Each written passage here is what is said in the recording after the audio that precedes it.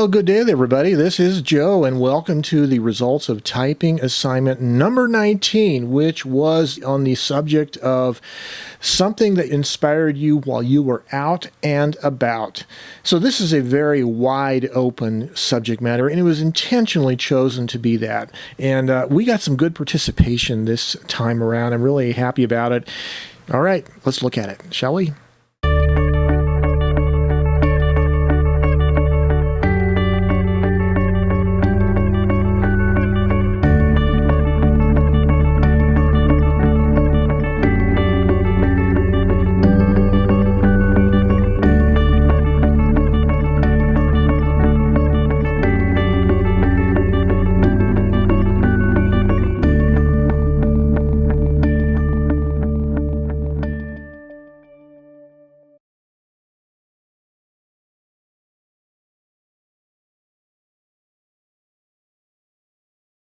I was really amazed by John Monroe's story of this elderly gentleman who fell out of a second-story window and broke his ankles, and instead of wanting to go to the hospital, he wanted to go home. And yeah, some cultures are just inscrutable, and perhaps the Japanese culture is that way to us outsiders, but I really enjoyed this story. I've been to Japan a few times, brief moments, but haven't spent enough time there to really get to know the culture. But I am fascinated by the Japanese culture, and this is just another story that reinforces the idea in my mind that it is indeed inscrutable and forever a mystery. And I do enjoy, John, your blogging and your stories about Japan, and I really appreciate that. And his story was called Sorry to Trouble You. Well done, John.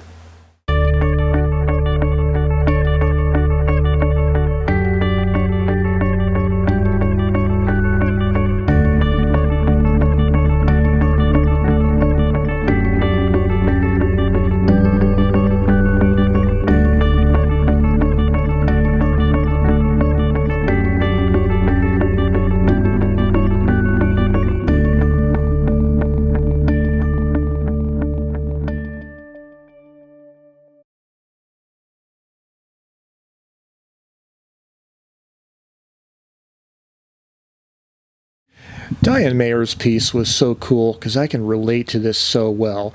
She wrote it on a 1957 Olympia SM3. So she starts off being inspired by my YouTube series about the microcassette tape recorders, and she remembers she has one of those somewhere, and she thinks it's over at her parents' house in a box. And so she goes over, starts looking around, can't find it, but what she does find is such a great surprise. Her father had lost his wedding ring, and Diane found it for him in the process of searching for the microcassette recorder. That was a cool story, Diane, and I can certainly relate to that. I don't know if you ever found your microcassette recorder. Let me know if you did, but I really enjoyed this piece and definitely can relate to it. It was really cool.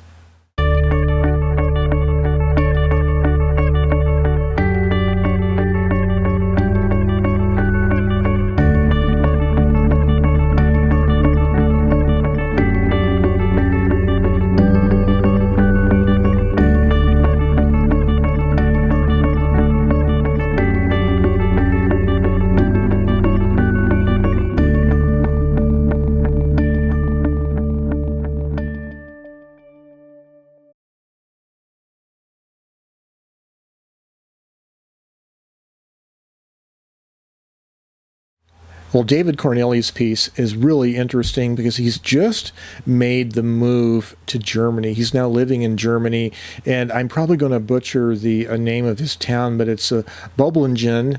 His piece is a very cool treatment of what it's like where he's living. He's living in a hotel in the town, and it's right on a intersection where 5 streets meet. And I love the description of this, David, how it seems like the rules of traffic for this intersection are sort of its own thing. And I really like that because I can definitely relate. I've been overseas, mostly in Asia, but I really like that. I like your descriptions. I can see myself there, and the descriptions of the cars and the kind of traffic, the fact that there's a Mercedes-Benz friend's factory nearby, and just the hustle and bustle. And what you say at the end is really cool. While I enjoy the silence and calm, the hustle and bustle is what makes it special. Well, I hope you can continue to say that over the intervening next months or years or however long you're living there. Thank you very much, David.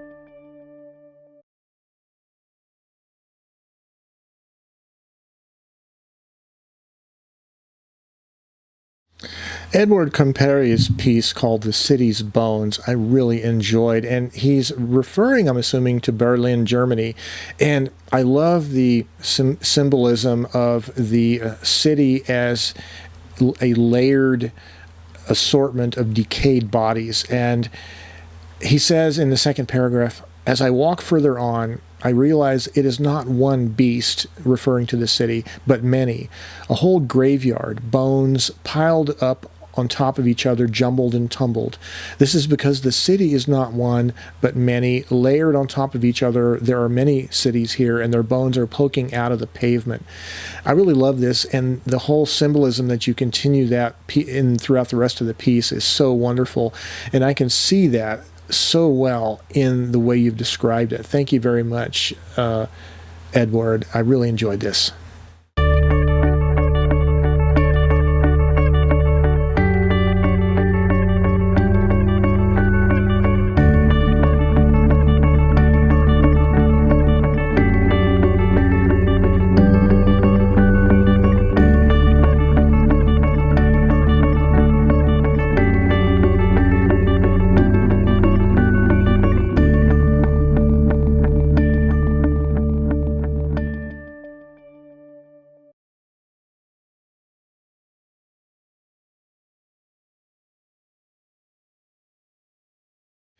Vinnie McFeet's piece called Quest for Fire was wonderful, and he writes so well.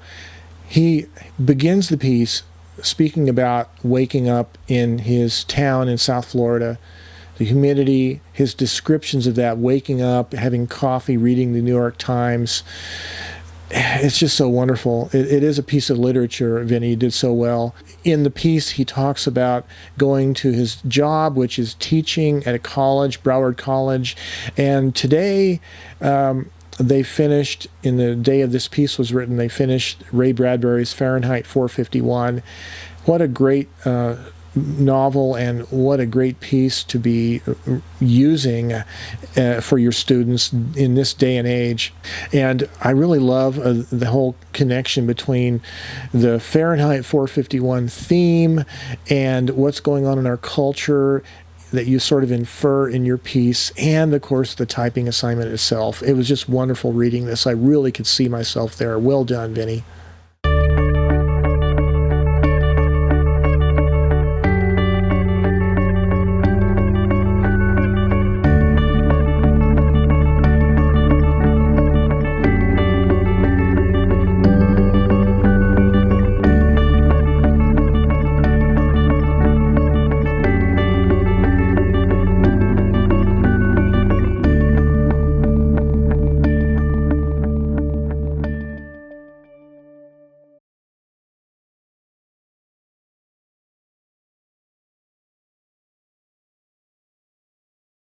Michael Kitchen's piece was really surprising to me and very personal, called Nothing's Permanent. And it's really the story, kind of the arc of the history of this writers group, a group of fellow writers that had started at Borders Bookstore in 2015, and how that thing gravitated. Different people came in, the tone of the meeting changed, and it was really amazing to me, because I consider myself kind of a writer, an outsider to the writing world, in a sense. I'm not published or educated or anything, but I really thought it interesting, the sectarianism in the writing arena, genre writers versus literary journal writers. And it was eye-opening, but I also love the way you ended it, that borders closed, it hurt, I moved on. My relationship to this group ended, it hurts, but I'll move on. And you finish with a quote from the Buddha: all conditioned things are impermanent. When one sees this with wisdom, one turns away from suffering. And I'm glad you have turned away from that. And yeah, that was a really powerful story. Thank you very much, Michael.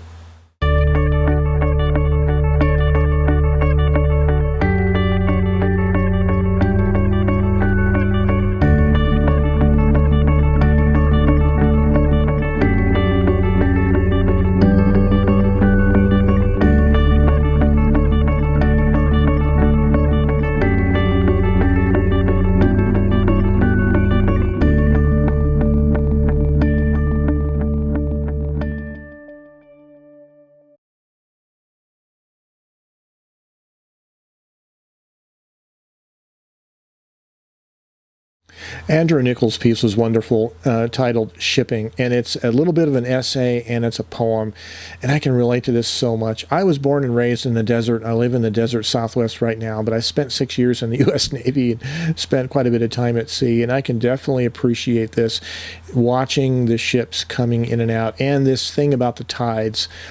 I was stationed on an aircraft carrier, and coming in and out of San Diego Bay, the carrier had to make sure it was at high tide, otherwise it would run aground, and some have. I love your poem, and I like the verse, and the ship cries out, saying, take me through troubled waters, show me the path to tread, and I will sail to oceans deep, to journey's end, if you would only give me direction and set me free. And that's wonderful, and I can definitely appreciate the personification of a ship.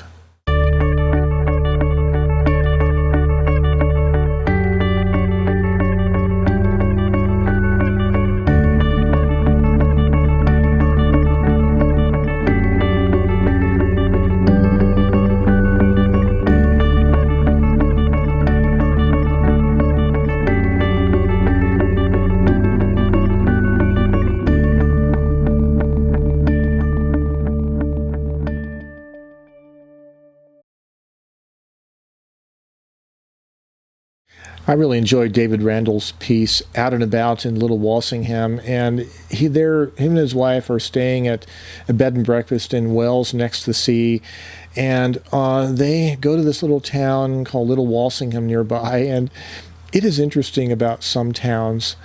You don't understand what it would be like to live there until you've been there, and you can't see why people live there.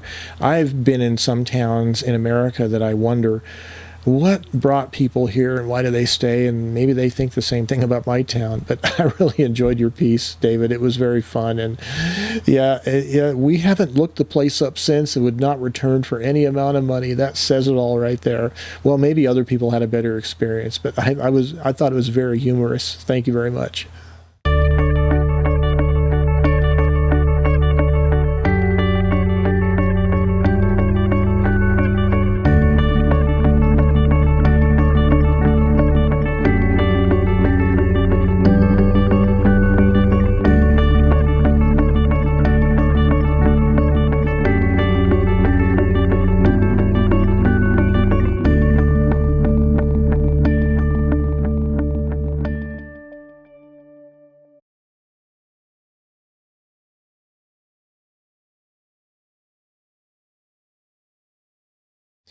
Daniel is a newcomer to this series. Welcome, Daniel. And his piece was written inspired by his experience of going to the grocery store and observing a child complaining to her mother that I want apples, and the mother was unable to afford apples. And Daniel's piece is interesting because he makes a reflection on the problem of how expensive is it to eat healthy. And his point is we should cook for ourselves and buy the raw ingredients, cook for ourselves, eat healthy and affordably, and that's very good advice.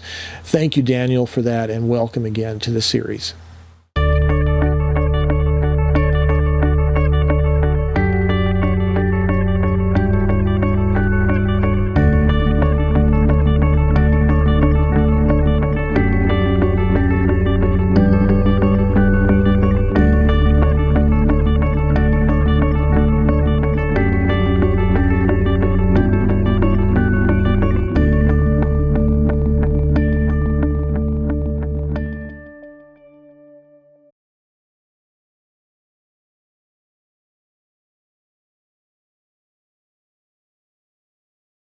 Jeremiah Bukowski's piece was very interesting.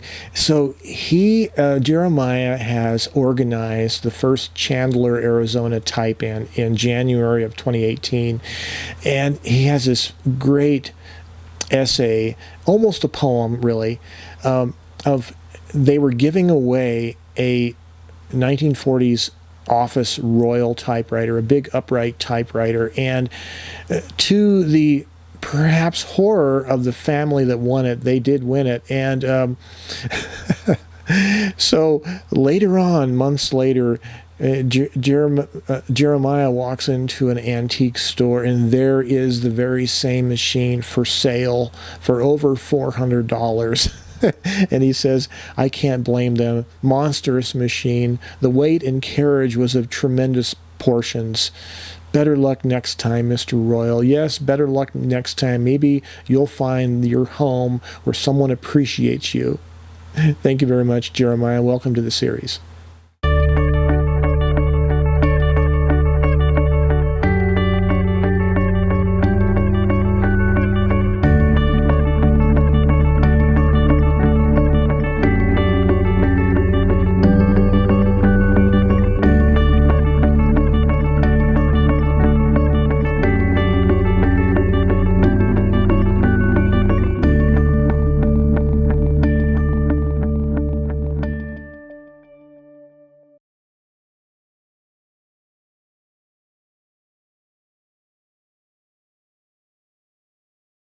Michael Arau's piece was very interesting, very touching, called Primal Scream. And it was just this experience of seeing a young man exiting a coffee shop and then crying out with a loud howl, and how that inspired Michael to wonder what happened. What was it that caused this young man to cry out? And I like the idea that he says many other scenes formed in my mind through the course of his run. A seed, a spark, and some gentle running can set off a cascade of thoughts and imaginings that get the brain racing and flowing with stories. All I have to do is remember them and write them down. And that is so true, Michael. These things, we don't understand what was happening with this young man, but it is certainly inspiration for your writing, and that's great. And that's what we should be doing in life. Welcome again to the series. Thank you very much, and I really enjoyed this.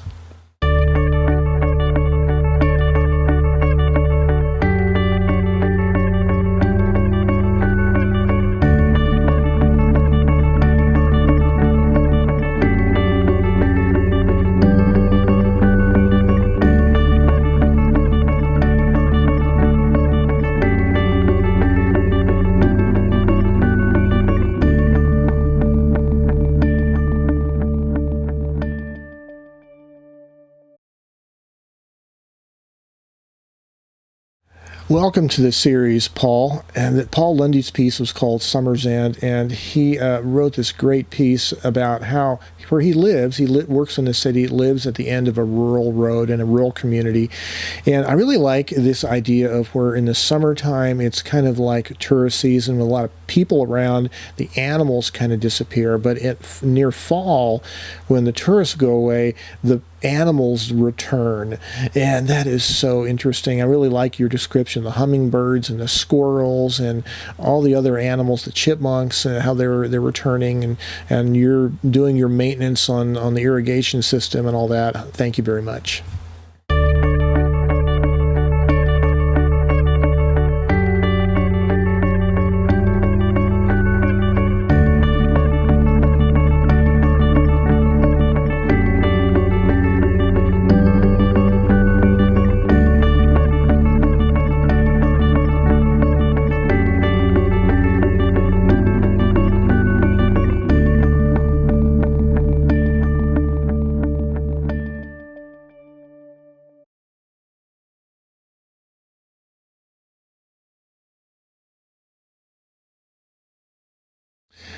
Paul Hopper's piece I loved, and it's about the crows.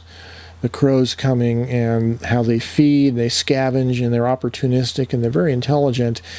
And we have crows that come in Albuquerque in the autumn and winter, and I always welcome the return of the crows. It really, to me, signals that kind of change of season. I really like the way you wrote this. The sun continues its arc across the morning sky, moving on into the afternoon. More searching, more scavenging. The sun is completing its arc and is racing towards the sunset. So the sun has its cycles and the crows have their cycle. And I love the way you talk about the gathering of the crows. Oh, I remember that as a kid, downtown Albuquerque in the stormy, cold autumn evenings, blustery evenings. The crows would be gathering around the old brick buildings downtown. That was great. Brought back many memories, Paul. Thank you very much.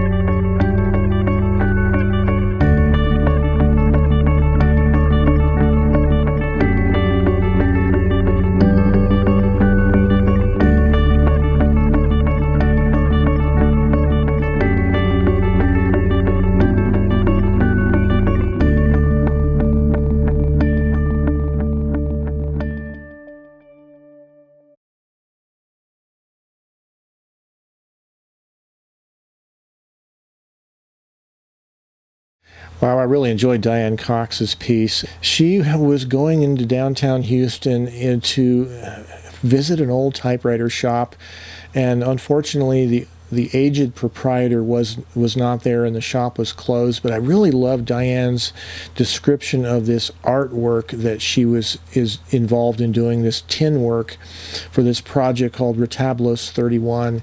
And she gets into some of the detail about the retablos and in the memento mori, the concept of how we should reflect, the practice of reflecting on our mortality.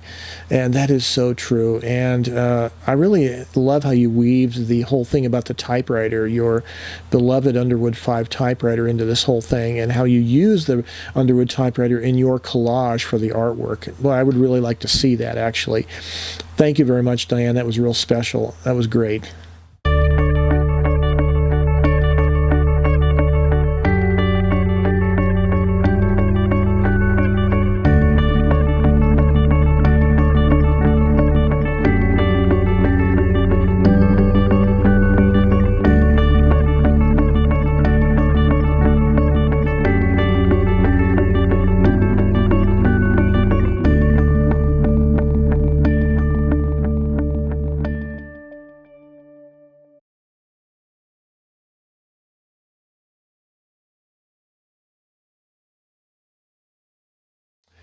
You know, it's interesting how odors or aromas can trigger memories. And in his case, it was the smell of the two-stroke exhaust of his greenskeeper starting up his mower. All of a sudden brought Eric's mind back to the memory of him with his dad when he was a kid, and their boat with the two-stroke gas motor going out fishing, and how skilled his dad was as a fisherman. I like that photo you included in there. And I like what you said in here, that it's funny how the mind works. I've smelled that lawnmower exhaust before, never thought of Dad's boat.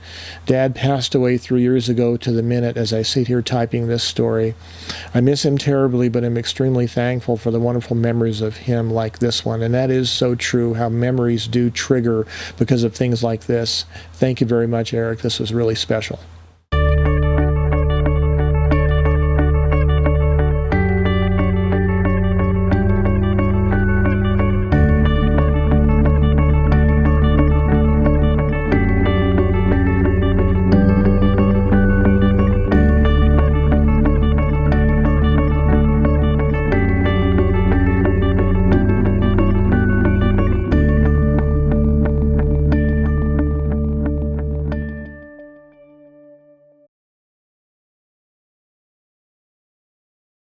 Jan Tomisova's piece was really funny, and oh man, it was kind of a surprising turn at the end in this story. You're in public and you think everybody else is nuts and crazy, and they think the same thing about you. Oh, that was really funny. I've actually written probably a couple stories about bus riding in my little amateur writing career, and I could definitely relate to the whole thing of riding the bus. And that was a really good quick turn at the end where the supposed drunk is really just like him, but people are just very suspicious of each other these days. Very cool story. Thank you very much. I loved it.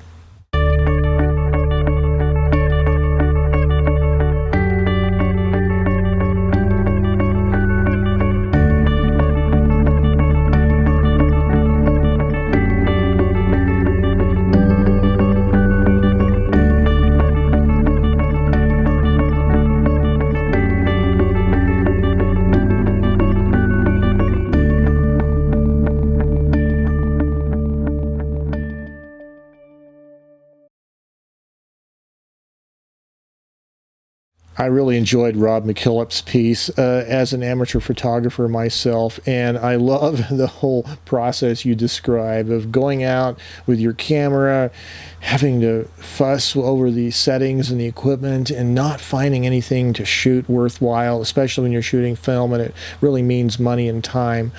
And then stopping and finding some little thing of visual interest that you focus on, and you're so absorbed in studying it that you miss completely the opportunity to photograph it, which is why you're out there in the first place.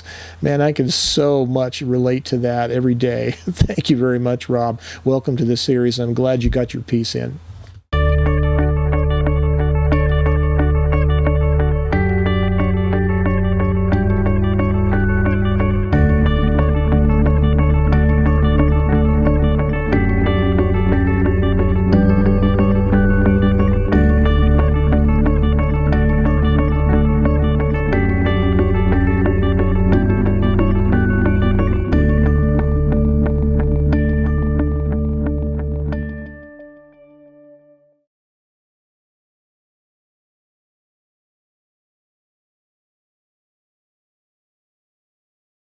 Well, this last piece is by my wife, Andrea. You know, she has actually been the inspiration for a lot of the subject matter of these typing assignments, because a lot of times yours truly is stumped, or I just don't have any inspiring ideas, or we did that last time, and she always comes up with great ideas. But this time, she had this little event, this incident happened to her at the grocery store, and I really like her process. She sat down, wrote it out by hand, did some revisions on it by hand. She had me look at it. She wasn't really confident in the story. She didn't think it worked very well. She went and rewrote it, and we ended up finally breaking out the Hermes 3000, and she typed it up today. Did a great job. Well, welcome, Andrea, to the typing assignments, and I love this piece, and it was very touching. I see these typing assignments as not just an opportunity to get your work and your name out a little bit in the public eye, if you will, if there's any kind of public eye to this channel and this series. But I think the real value in this is actually the exercise of it, the exercise of writing. And I know for myself that the discipline that comes with an assignment is something that it's hard to do on your own. And I really appreciate other people's encouragement for me to write things that I normally wouldn't write. This kind of assignment was really intended for us to be able to find stories out of the everyday things that happen to us in our lives. I think as storytellers, there are stories everywhere to be found. We just have to be sensitive to them. And I hope this encouraged you guys to keep looking for those stories and to keep writing them. And until next time, you guys have yourselves a great day.